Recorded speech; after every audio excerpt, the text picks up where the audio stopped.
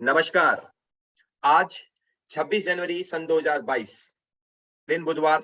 जी हाँ, भारत के 73वें गणतंत्र दिवस पर मैं मंच संचालक डॉक्टर अतुल चौधरी अपने वरिष्ठ पत्रकार एवं इंसाइक्लोपीडिया नोएडा श्री विनोद शर्मा जी के साथ नोएडा खबर .com के तमाम पाठकों, श्रोताओं और दर्शकों का खैर मकदम, क्रांतिकारी इस्तकबाल और सलाम पेश करता हूँ, जिन्होंने आज अपनी गरिमामय उपस्थिति से इस सभा को कृतार्थ और अलंकृत किया है। आज जिस विषय पर हम चर्चा करने हेतु अपने मुख्य अतिथि के साथ यहाँ उपस्थित हुए हैं, उसका नाम है चुनावी बिसात विनोद शर्मा जी के साथ। तो चलिए आज इस श्रृंखला के तीसरे एपिसोड में आज के मुख्य अतिथि आदरणीय यतेंद्र कसाना जी, जो कि ANPA all Noida parents association के अध्यक्ष हैं, मैं उनका नंदन, वंदन और अभिनंदन करता हूं और आपका स्वागत है आज की चुनावी जी, चर्चा में। नमस्कार। मैं हैंड ओवर करता हूं आदरणीय विनोद शर्मा जी पर। बहुत बहुत अभिनंदन डॉक्टर अतुल चौधरी जी, आपने ये कार्यक्रम की बहुत ताकत दी है, आपके जरिए बहुत ताकत मिली है। और आज के कार्यक्रम में जो हम रूबरू हो रहे हैं यतेंद्र कसाना जी से, जिन्होंने पिछले 1.5-2 साल में काफी फीस के मुद्दे को बढ़ाया, स्कूल के फीस के मुद्दे को, और ये आज की सबसे बड़ी जरूरत है। और कुछ पार्टियों ने इसको अपना एजेंडा में भी शामिल किया है, लेकिन इससे पहले कि ये पार्टियां अपना काम करें, हम यतेंद्र कसाना जी के साथ आज चर्चा इसी बात पे करेंगे कि स्कूल फीस का मुद्दा जो आप 1.5-2 साल से उठा रहे थे, वो कितने कारगर तरीके से लागू हो पाया, उसमें पेरेंट्स को किस किस तरह की समस्याएं आई हैं। आप लोगों ने भी उस मुद्दे को बार बार उठाया, और अगर आपके पास अब प्रत्याशी आते हैं तो आप उनसे कैसे बात करेंगे, क्या उनके सामने रखेंगे? जी यतेंद्र जी। धन्यवाद डॉक्टर अतुल जी, विनोद शर्मा जी, क्योंकि आपने एक बड़ा ज्वलंत मुद्दा है ये आज के हालात में, और इससे लाखों पेरेंट्स, हजारों नहीं लाखों पेरेंट्स इस समस्या से, और प्रदेश भर में कहें तो आप, मैं समझता हूँ करोड़ों में संख्या होगी, वो लोग इस सबसे पीड़ित रहे हैं। और all Noida school parent association, जिसको हम शॉर्ट फॉर्म में ANSPA कहते हैं, ये हमारा संगठन है जो पिछले 2016 से फीस के मुद्दों को लेकर, इस तरह की चीजों को लेकर सड़कों पर था, फिर सरकार से बातचीत में था। और ये अच्छी बात हमारे संगठन की रही, और मैं उनको, अपने संगठन के तमाम साथियों को बधाई भी देना चाहता हूँ आपके माध्यम से, कि हमें सफलता इसमें आंशिक रूप से मिली भी। और एक फी रेगुलेटरी एक्ट 2018 के नाम से एक एक्ट यूपी में बना, पास हुआ, और उसमें ये रखा गया था कि उस प्रावधान ये थे कि भाई 2016 की फीस को कैलकुलेट करके ये रखा गया था कि लगभग 8 और 9% फीस पिछले साल से बढ़ा सकते थे स्कूल। ये उसकी मुख्य बिंदु थे, और उसको हम लोग लेकर काफी सेटिस्फाइड भी थे। लेकिन समय जो जो बढ़ता गया और चीजें जो आगे बढ़ी, उसमें हमने देख पाए कि शासन कहीं ना कहीं थोड़ा सा इसमें ढीला था, और इसका इम्प्लीमेंटेशन जो है, माफ कीजिए, प्रशासनिक तौर पे शासन ने तो बना दिया था, प्रशासनिक तौर पे इस पे कुछ चीजें ऐसी रह गई थी कि जो कमियां रह गई। और जो लोग इम्प्लीमेंटेशन कराने वाले थे इस बिल को, इस एक्ट को, वही लोगों ने ढील बरत दी, और स्कूलों को कहीं ना कहीं बच निकलने के रास्ते भी उन्होंने ही बता दिए। तो मैं समझता हूँ कि इस पे हमें बहुत ज्यादा सफलता नहीं मिली, मैं जितना चाहता था, या मुझे जितना लगता था मेरे साथियों को कि हमें इसमें इतनी बड़ी सफलता मिलेगी। सफलता मिल गई एक्ट बनवाने में, लेकिन उसको लागू कराने में सरकार की इच्छा शक्ति कहीं ना कहीं गड़बड़ थी, नेताओं की इच्छा शक्ति मजबूत नहीं थी, और जो जनप्रतिनिधि का रोल हमारे यहाँ पर होना चाहिए था पेरेंट्स के मामले में, वो नहीं रहा। मैं स्पष्ट तौर पर कहना चाहता हूँ कि जो लोग जनप्रतिनिधि थे, उन लोगों को हमारी समस्याओं को जिस तरह से उठाना चाहिए था, जिस तरह से रखना चाहिए था, हमारी समस्या को उस तरह से नहीं रखा गया, उस तरह से उतना सीरियसली नहीं लिया गया। आज चुनाव का वक्त है, चुनाव में सभी लोगों को हमारी जरूरत है, हम क्योंकि मतदाता हैं, आज हमारे वोट की जरूरत है, तो तमाम तरह के वायदे किए जा रहे हैं। सभी लोग अच्छे, हो सकता है कई सारे लोगों ने अपने मैनिफेस्टो में इसको शामिल भी किया है कि हम स्कूल फीस पे कुछ समाधान करेंगे। लेकिन जब लोग सत्ता में थे और उन लोगों की सरकारें थी, तो कहीं ना कहीं इच्छा शक्ति की कमी नजर आई, उन लोगों ने हम लोगों की मदद उस तरह से नहीं की जिस तरह से होनी चाहिए थी। आपने कोरोना काल के दौरान भी शासन जी, को, प्रशासन को लिखा जी। था कि जब शिक्षक घर पे काम कर रहे हैं, वर्क फ्रॉम होम कर रहे हैं, बच्चे घर में हैं, तो ऐसे समय में स्कूलों के द्वारा पूरी फीस नहीं वसूली जानी चाहिए। ये एक अलग मुद्दा है और साथ ही जो इस समय स्कूल फीस वसूल रहे हैं, क्या वो फीस जायज़ है? उसको रेगुलेट करने का क्या तरीका आप लोगों ने सुझाया सरकार के सामने और उस पर सरकार ने क्या किया? जी। देखिए, जो कोरोना काल था, पूरा देश, पूरी दुनिया इस पैंडेमिक सिचुएशन से निकली है विनोद जी। और आपने देखा होगा कि तमाम लोगों को की नौकरियां इसमें गई, इस दौरान तमाम लोगों की जानें गई, तमाम लोगों के जो कारोबार थे वो सब बंद हुए। और हुँ, उस सब पे हमने हमने उस सब को ध्यान में रखते हुए अपनी तरफ से शुरुआत में ही पिछले लॉकडाउन के दौरान 27 मई को हम लोगों ने मुख्यमंत्री जी के नाम संबोधित एक ज्ञापन डीएम साहब को दिया था। हुँ, और उसमें हमने मांग की गई थी कि स्कूल, चूंकि अभी 3 महीने की फीस, उस समय 3 महीने का लॉकडाउन था पहले दौर में, तो हमने कहा हुँ, था कि इस दौरान की फीस को माफ कर दिया जाए। और हुँ, फिर ये हुआ कि वो मांग होती रही, चलता रहा और पूरा साल निकल गया। फिर शासन की तरफ से एक चिट्ठी हम लोगों के लिए जारी हुई, शासन आदेश था वो। और हुँ, हम कहा गया कि भाई जो स्कूल्स हैं वो पिछले साल की फीस लेंगे, बढ़ी हुई फीस नहीं लेंगे। हुँ, लेकिन इसमें कोई फायदा तो था नहीं पेरेंट्स को कोई बहुत ज्यादा, क्योंकि स्कूल तो चल नहीं रहे थे, सारी ऑनलाइन हुँ, क्लासेस चल रही थी। फिर हमने मांग हुँ, की कि ऐसा कीजिए कि साहब, ऑनलाइन क्लासेस का ही सिर्फ, क्योंकि आपके इंफ्रास्ट्रक्चर कम यूज हो रहा है, कहीं आपकी बिजली यूज नहीं हो रही है, कहीं आपका स्टाफ भी कम यूज हो रहा है, आपके तब बसें हुँ, यूज नहीं हो रही हैं। तो फिर हुँ, ये एक आदेश हुआ कि साहब बस का किराया नहीं लेंगे। तो ये तो बड़ी हास्पद बात थी कि जब आप बस चल ही नहीं रही है, आप कह रहे हैं स्कूल्स के लिए शासन आदेश है कि बस का पैसा नहीं लेंगे। तो पेरेंट्स को राहत कहीं मिलती हुई दिखी नहीं पूरे इस दौरान में। हमने बार बार अनुरोध किया। अच्छा, मैं बताना चाहता हूँ कि इस दौरान राजस्थान सरकार ने एक हुँ, आदेश पारित कर दिया कि 30% फीस जो है वो कम ली हुँ, जाए हुँ, कोरोना काल के दौरान। हुँ, लेकिन उसके आदेश के विरोध में हाई कोर्ट चले गए कुछ लोग, और उस हाई कोर्ट ने भी उसको यथास्थिति रखी। फिर उसको हाई कोर्ट को के आदेश को चैलेंज करने के लिए सुप्रीम कोर्ट स्कूल चले गए। सुप्रीम कोर्ट ने एक आदेश जारी हुआ उसमें कि 15% जो है फीस कम ली जाए। हुँ, अब बड़े कमाल की बात यह है कि सुप्रीम कोर्ट का आदेश तो पूरे देश में लागू होता है, हुँ, लेकिन उत्तर प्रदेश में कोई भी स्कूल नहीं, जो बड़े स्कूल सो कॉल्ड हैं और मेरी जानकारी हुँ, में जिनको हम बड़े स्कूल कहते हैं, हुँ, उनमें से किसी भी स्कूल ने 15% भी फीस कम नहीं करी। तो अब आप हुँ, बताइए, एक पेरेंट्स, एक अभिभावक, एक मतदाता इसमें क्या कर सकता है?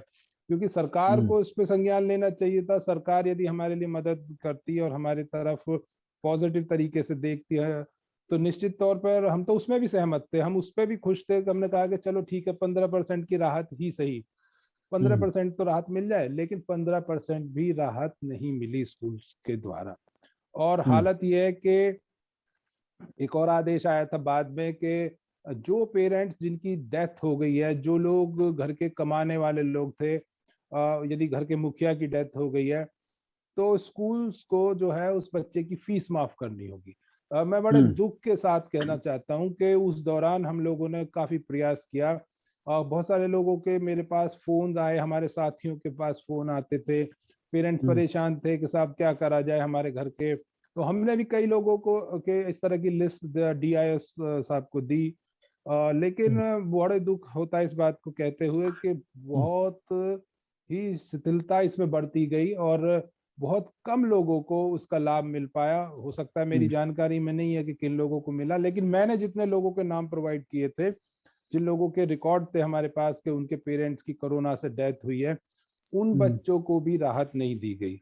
आज हम हुँ, जब सब लोग इन सब दौर से गुजरे और हम इतने परेशान हैं, तो अब हुँ, हमसे कैसे उम्मीद की जा सकती है कि हम उसी सरकार को, उन्हीं लोगों को दोबारा से चुनने का काम करें, या वो लोग किस मुंह से हम लोगों के पास आना चाहते हैं? ये बड़े सोचने और समझने की बात। हुँ। अतुल जी, आपने भी उस दौरान महसूस किया होगा कि सभी पेरेंट्स कहीं न कहीं उलझे हुए हैं। पता चला था कि कुछ बच्चों के दाखिले करा दिए तो उनकी जो फीस जमा हुई, उसके बाद स्कूल बंद हुआ तो उनको फीस वापस भी नहीं की। बहुत सारे बच्चे ऐसे थे जो कोरोना काल में स्कूल सरकारी प्राइवेट छोड़ के वो अपने गाँव चले गए, उनकी फीस फँस गई। तो ऐसे जी। मामलों में क्या आपको भी सामना करना पड़ा था इस तरह का अतुल जी?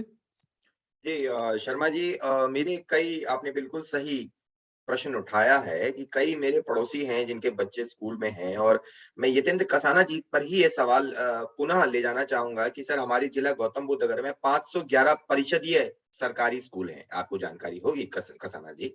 और मैंने आपकी जी प्रोफ़ाइल भी पढ़ी और आप अखिल भारतीय गुर्जर परिषद उत्तर प्रदेश के भी अध्यक्ष हैं, एएनएसपीए के साथ-साथ।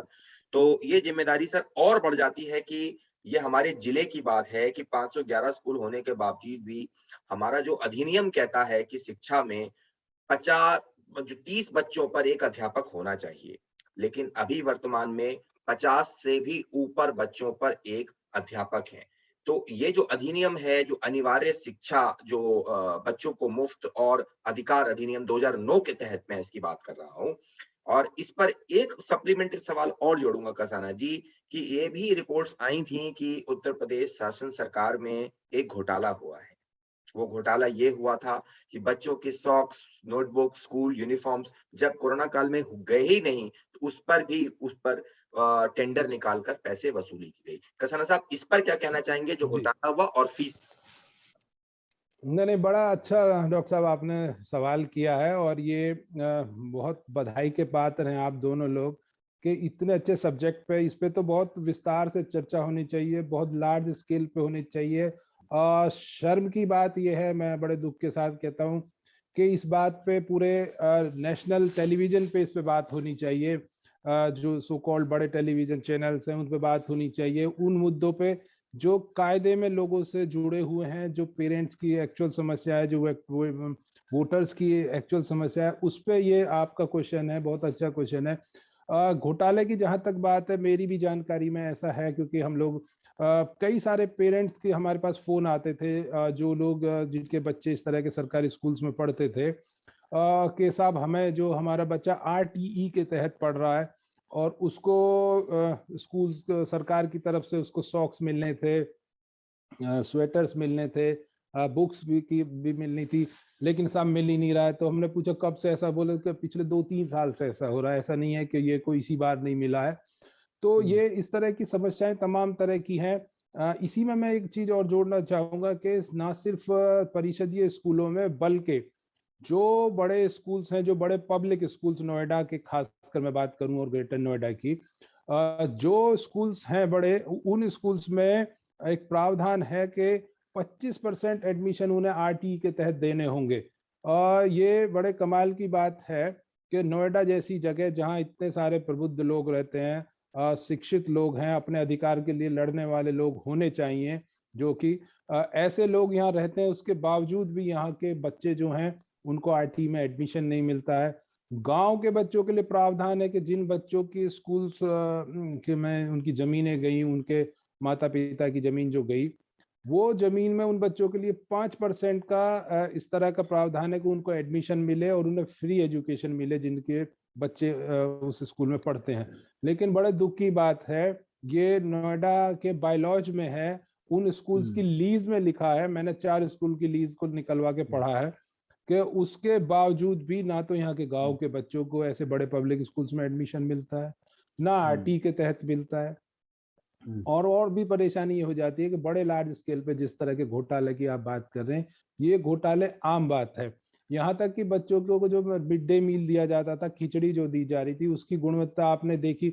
उत्तर प्रदेश में ऐसे हालात हुए कि एक रिपोर्टर ने, विनोद जी का ध्यान उस पर तो मैं विशेष चाहूंगा कि एक रिपोर्टर ने रिपोर्टिंग कर दी कि बच्चों को जो खाना दिया जा रहा था वो नमक के साथ रोटी खा रहे थे।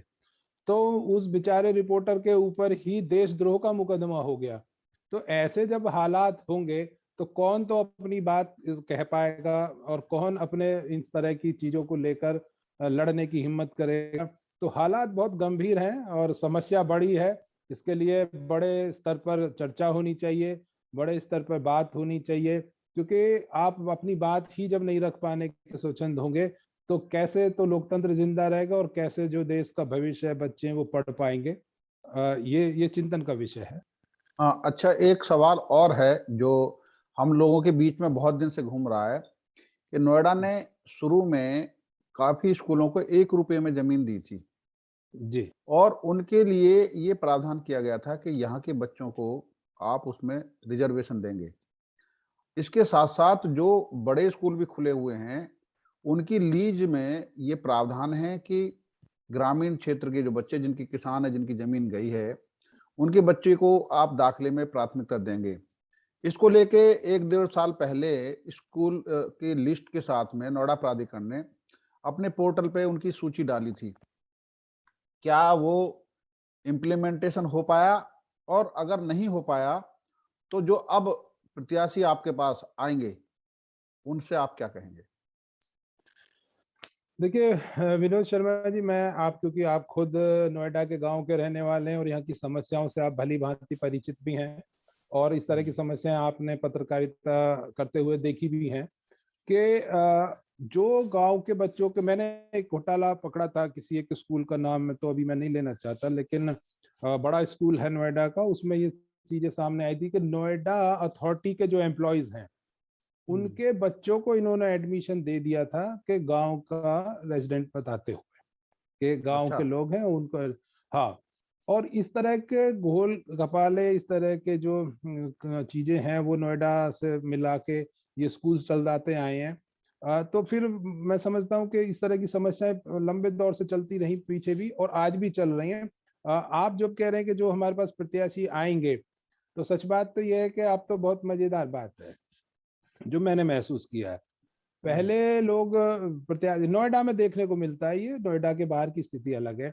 यहाँ तो प्रत्याशी जाते ही नहीं है किसी के घर, और जो यहाँ तो लोग उल्टे जाते हैं, साहब हम आपको वोट देना चाहते हैं। ये कमाल का शहर है ये नोएडा, अपने आप में अजूबा है, क्योंकि आपने एक स्टोरी की थी कि रावण का शहर है, क्योंकि रावण यहाँ के बिसरख में पैदा हुए।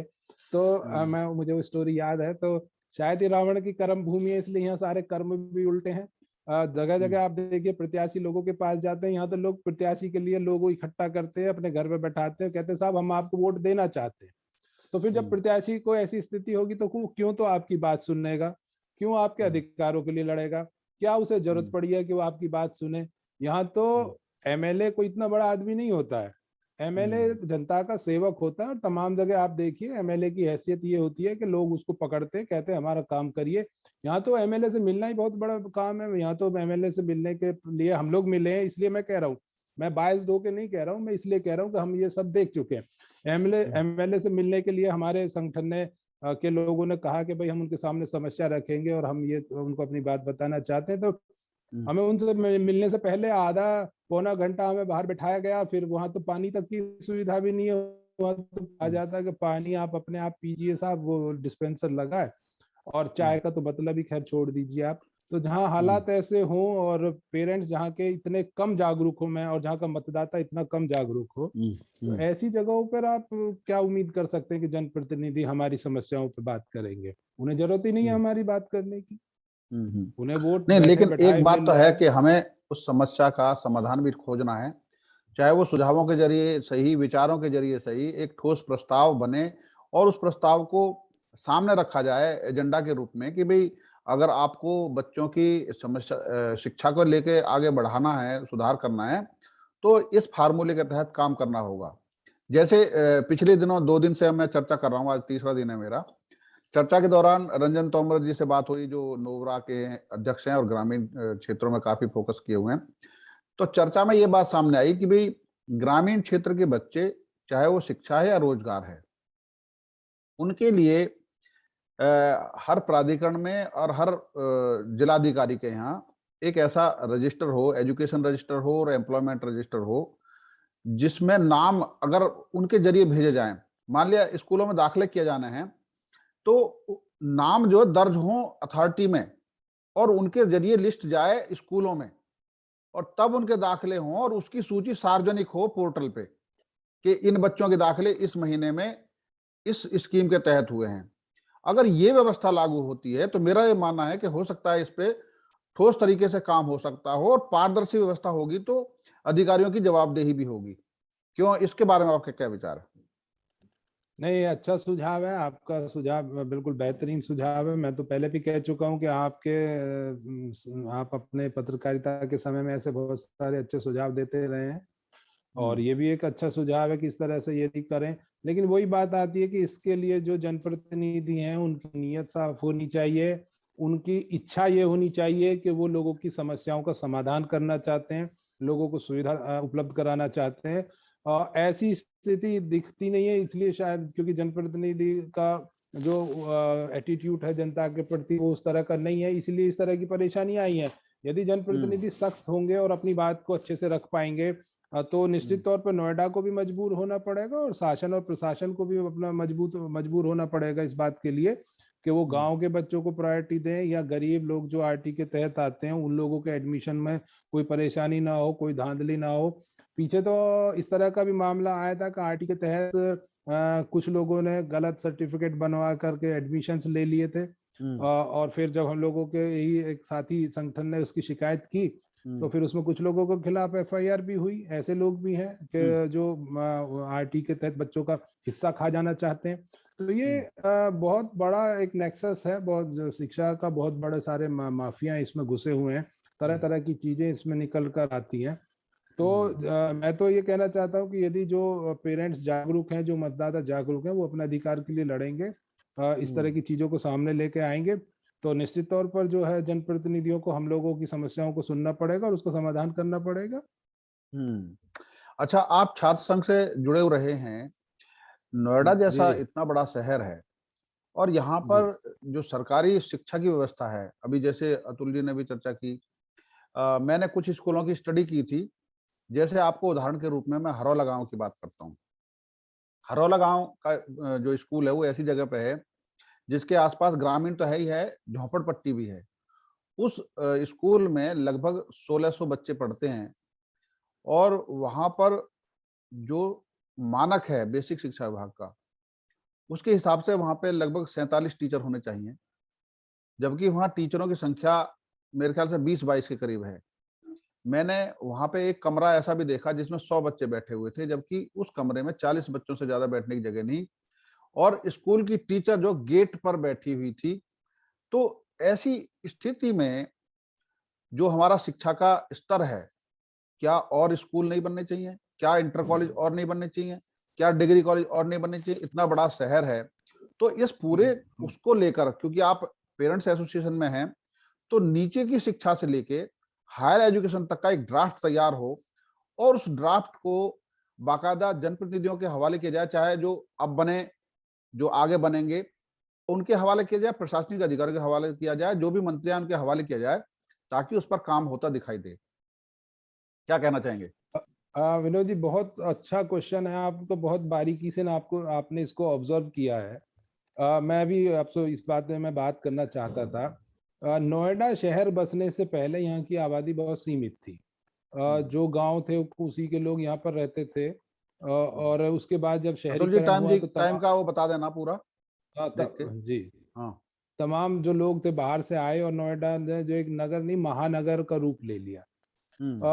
लेकिन इसका जो शिक्षा का इंफ्रास्ट्रक्चर है, जो सरकारी इंफ्रास्ट्रक्चर जो इसे हम कहेंगे, वो वही है जो आज से 35-40 साल पहले था। नोएडा में इतने सारे गांव हैं, इतने सारे लोग बाहर से आ गए हैं, उसके बावजूद आज भी जो सीनियर सेकेंडरी स्कूल हैं, या हम जिन्हें कहेंगे सो कॉल्ड इंटर कॉलेज, वो वही है जो आज से 35-30 साल पहले थे। यानी कि एक डिग्री कॉलेज पूरे नोएडा में है सरकारी, और एक स्कूल जो आप बता रहे हैं सेक्टर 12 में वो है।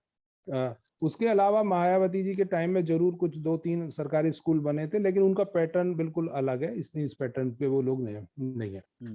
एक बहुत बड़ी कमी है इसमें शिक्षा का, जो भी ये पैटर्न है सरकार का, कि ये कहते हैं कि 5 किलोमीटर की परिधि में कोई दूसरा हायर स्कूल नहीं हो सकता है सरकारी।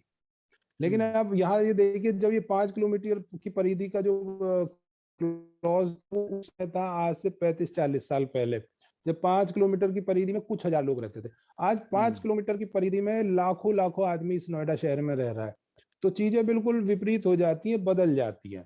तो उस पे सरकार ध्यान दे। ये बहुत अच्छी सुझाव आपका की तरफ से आया कि इस पे ड्राफ्ट बने, हम जैसे लोगों से बात की जाए, हम भी उस पे सुझाव देना चाहते हैं और उसको बदला जाए। उसको चाहे आबादी के हिसाब से सरकारी स्कूल बनने चाहिए, जो सीनियर सेकेंडरी स्कूल हैं, हायर सीनियर सेकेंडरी स्कूल जो बने वो ना कि एरिया के हिसाब से बने कि 5 किलोमीटर की परिधि, बल्कि वो पॉपुलेशन के हिसाब से बने, जनसंख्या के हिसाब से बने कि उस एरिया में कितने लोग रहते हैं और कितने स्कूल्स की जरूरत है। तो ये जरूर इस तरह की चीजें होनी चाहिए। नहीं, मैं एक उदाहरण भी बताता हूँ। इस दौरान मैंने 8 मिनट। स्टडी की कि दिल्ली में जो दलूपरा, कोंडली, घड़ोली और न्यू अशोकनगर, ये 5 किलोमीटर का दायरा है। इसमें 12 सीनियर सेकेंडरी स्कूल हैं जी। और हमारा पूरा नोएडा, उसमें जी। केवल 2 सीनियर सेकेंडरी स्कूल हैं। तो जी। इससे अंदाजा लगा सकते हैं। और वहां भी दो शिफ्ट में चलता है वो।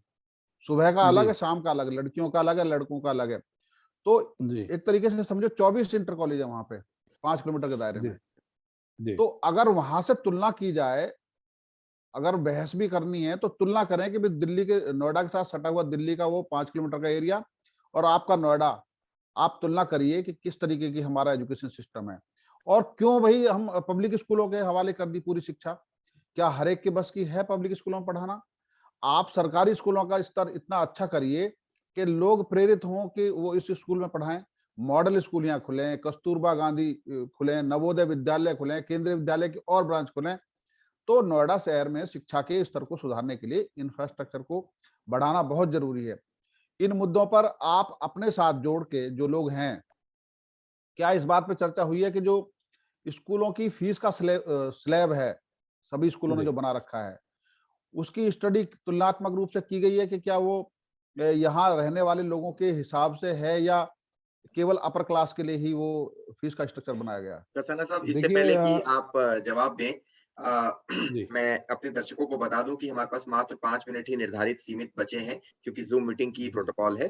कसाना साहब, हाँ, अब अपना उत्तर रखिए सर। देखिए ये बड़ा अच्छा सवाल विनोद जी की तरफ से आया है। मैं इसमें ये कहना चाहता हूँ कि मैं आपको बता दूं कि जब हम ये फीस की लड़ाई लड़ रहे थे तो हमने दिल्ली के स्कूल्स के साथ तुलनात्मक अध्ययन किया और हम्म, हमने ये देखा कि नोएडा का जो स्कूल है उसी की ब्रांच दिल्ली में है। जिन जिन हम्म, स्कूलों की, उन स्कूलों की फीस यदि आप देखें तो नोएडा में पब्लिक स्कूल यदि 12,000 रुपये महीने लेता है तो दिल्ली का वही पब्लिक स्कूल जिसकी ब्रांच नोएडा में है वो 6,000 रुपये महीना में दिल्ली में लेता है। तो क्या नोएडा से दिल्ली में जमीन सस्ती है? क्या वहाँ का इंफ्रास्ट्रक्चर सस्ता है? क्या वहाँ के टीचर्स जो है वो कम सैलरी पर काम करते हैं? नहीं, ऐसा नहीं है, ऐसा बिल्कुल नहीं है। बल्कि दिल्ली में सारी चीजें महंगी है, दिल्ली में जमीन महंगी है, दिल्ली के टीचर्स भी ज्यादा सैलरी लेते हैं। सच बात यह है कि यहाँ के स्कूल्स ने ये ठान लिया था और ठान रखा है कि नोएडा के पेरेंट्स ज्यादा पैसा दे सकते हैं, वो अपने अधिकारों के प्रति सजग नहीं है, वो लड़ना नहीं जानते, वो सड़क पर नहीं आना चाहते। इसलिए जब मर्जी जितना चाहे उनकी फीस बढ़ा लो, उनका कितना शोषण कर लो, वो लोग अपनी आवाज नहीं उठाएंगे।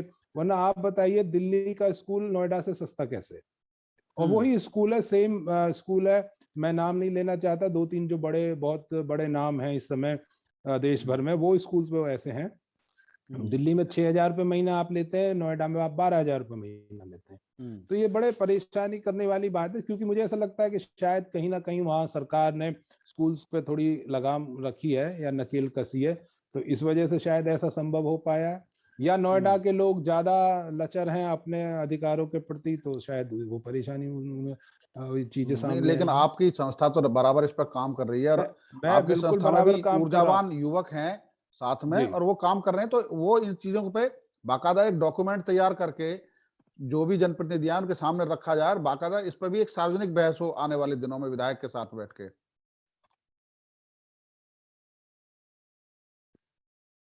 नहीं, इस पे निश्चित तौर पर काम किया जाएगा। और अभी जब लोग जिस जिस तरह से हम लोग से जो समर्थन की उम्मीद कर रहे हैं, जो भी हमारे संगठन से संपर्क कर रहे हैं वोट के लिए, हम उन लोगों से कहना चाहते हैं कि शिक्षा का सुधार जब होगा, और हम उनको लिखित में एक ड्राफ्ट भी देंगे, और ये एक पार्टी को नहीं सभी पार्टी के लोगों को दिया जाएगा कि भाई आप, हम ये चाहते हैं यदि आप सरकार में आएंगे तो हमारी इन चीजों पर आपको काम करना पड़ेगा, तभी हम आपका सहयोग और समर्थन करेंगे।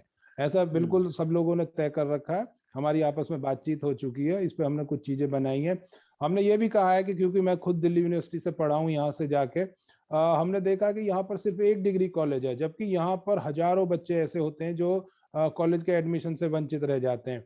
तो यहाँ पर एक डिग्री कॉलेज की और जरूरत है, एक नहीं मैं समझता हूँ या 2-3 डिग्री कॉलेज की और जरूरत है, जो जितनी जनसंख्या इस लड़कियों समय का अलग डिग्री कॉलेज में होना है। चाहिए।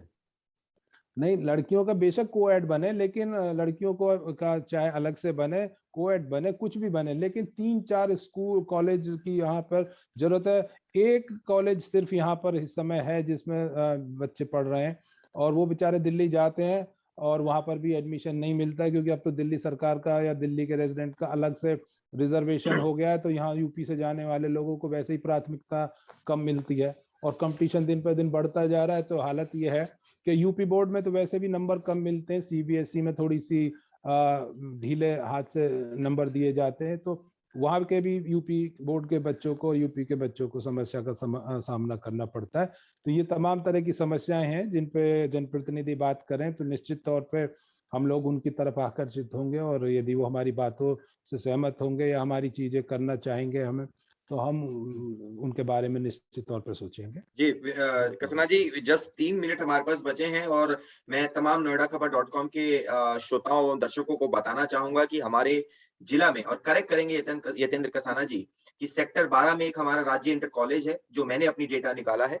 होशियारपुर में एक राजकीय बालिका इंटर कॉलेज है, बादलपुर में राजकीय बालिका इंटर कॉलेज है, सलेमपुर में होशियारपुर का अभी 2 साल पहले शुरू हुआ है। जी सलेमपुर राजकीय हाई स्कूल है, सादीपुर छिड़ौली में राजकीय हाई स्कूल है, छिजारसी में राजकीय हाई स्कूल है, और एक चीती में पंडित दीनदयाल मॉडल स्कूल है, अगर मेरी जानकारी ठीक है अत्यंत कसाना जी। इसमें मैं थोड़ा सुधार करूंगा, मैं बताऊंगा शर्मा जी, मात्र 2 मिनट 2 मिनट। हाँ, बस मैं ये बताऊंगा, एक भवानी शंकर इंटर कॉलेज है जो एडिड है, एक गढ़ी चौकंडी में श्री कृष्ण इंटर कॉलेज है। लेकिन उन स्कूलों के सुधार के लिए ना नोएडा अथॉरिटी ने कोई मेहनत कोई काम किया, और ना ही राज्य सरकार ने। इस पर भी काम करने की जरूरत है जी। और कसाना साहब, मेरा कसाना साहब जस्ट क्लोजिंग स्टेटमेंट मैं आपसे चाहूंगा, क्योंकि ये अपने आप ही मीटिंग एंड हो जाएगी, हमारे हाथ में नहीं है कि सर, जो हमारा 15 दिन बाद, आज 26 जनवरी है, 10 फरवरी को 15 दिन बाद जो मतदान होना है हमारे नोएडा में, सर नोएडा में 6,90,231 मतदाता हैं as per the list released on 5 January 2022। तो सर, आप भी जानते हैं कि 48% से ज्यादा मतदान नोएडा में नहीं होता, और आपने प्रबुद्ध शब्द का प्रयोग किया इस नोएडा शहर के लिए। उसके बावजूद भी आप 48% का मतदान अगर आप कर लीजिए, 3,31,000 मतदाता होते हैं, और किसी भी पार्टी को जीतने के लिए उसका आधा यानी 1,65,000 वोट चाहिए। तो सर, शिक्षा उस शेरनी का दूध है जिसने पिया वो दहाड़ा है। तो क्या आपको लगता है कि शिक्षा इज डायरेक्टली प्रोपोर्शनल टू प्रबुद्ध लोग of Noida? Sir, closing statement 30 seconds में। देखिए, मैं तो अपील करना चाहता हूँ इस पे कि अपने बच्चों के भविष्य के लिए, अपने बच्चों की शिक्षा के लिए, उनकी उच्च शिक्षा के लिए ऐसी दल को चुने जो आपकी बात सुने, ऐसे लोगों को चुने जो आपकी बात को सदन में रखें, ऐसे लोगों को चुने जो आपको, आपकी भावनाओं को कहीं ना कहीं उसको महत्व दें। और नोएडा जैसा शहर जिसको हमने कहा प्रभु, ज्यादा से ज्यादा संख्या में निकलें, वोट डालें, अपने अधिकार का प्रयोग करें, क्योंकि इसी के थ्रू आप, इसी के जरिए आप जो है चीजों को बदल सकते हैं, अपनी इच्छा की सरकार बना सकते हैं। यही मैं इस पर कहना चाहता हूँ। बहुत बहुत धन्यवाद, क्योंकि हमारा अभी समय समाप्त इसमें हो रहा है। बीच में मैं एक चीज और कहना चाहता हूँ कि घरों से निकलिए, और बाहर जो आपको ये अधिकार दिया गया है वोट का, इसका प्रयोग जरूर करें, क्योंकि उस दिन यदि आप चूक गए तो फिर 5 साल तक आप पछताएंगे, आप कहते रह जाएंगे कि ये हो सकता था, हम कर सकते थे, हमें मौका मिला था, हम अपने बच्चों का भविष्य सुधार सकते थे, हम अच्छी शिक्षा के लिए लोगों को ला सकते थे। ये सब चीजें तमाम तरह के आप 5 साल हाथ मलते रह जाएंगे। किसी जाति, किसी धर्म, किसी में ना पढ़ के ऐसे लोगों को वोट करें जो आपके बच्चों के भविष्य के लिए अच्छे स्कूल बनाएं, अच्छी शिक्षा की व्यवस्था करें। मैं तो बस यही कहना चाहता हूँ। शर्मा जी, 10 सेकंड में क्लोज कीजिए। हाँ, बस मैं केवल इतना कहूंगा कि हम शिक्षा के एजेंडे को इस बार के चुनावी मुद्दे में शामिल करें, और मजबूर हो जाएं सब प्रत्याशी कि शिक्षा के एजेंडे को अपने घोषणा पत्र में वो शामिल करें। यही हमारा उद्देश्य है। मैं यही कहना चाहूंगा आज के इस कार्यक्रम में। बहुत बहुत धन्यवाद आदरणीय विनोद शर्मा जी का। बहुत बहुत धन्यवाद डॉक्टर साहब आपका भी, विनोद शर्मा जी का भी। बहुत बहुत धन्यवाद सर, धन्यवाद। Thank you so much sir, thank you.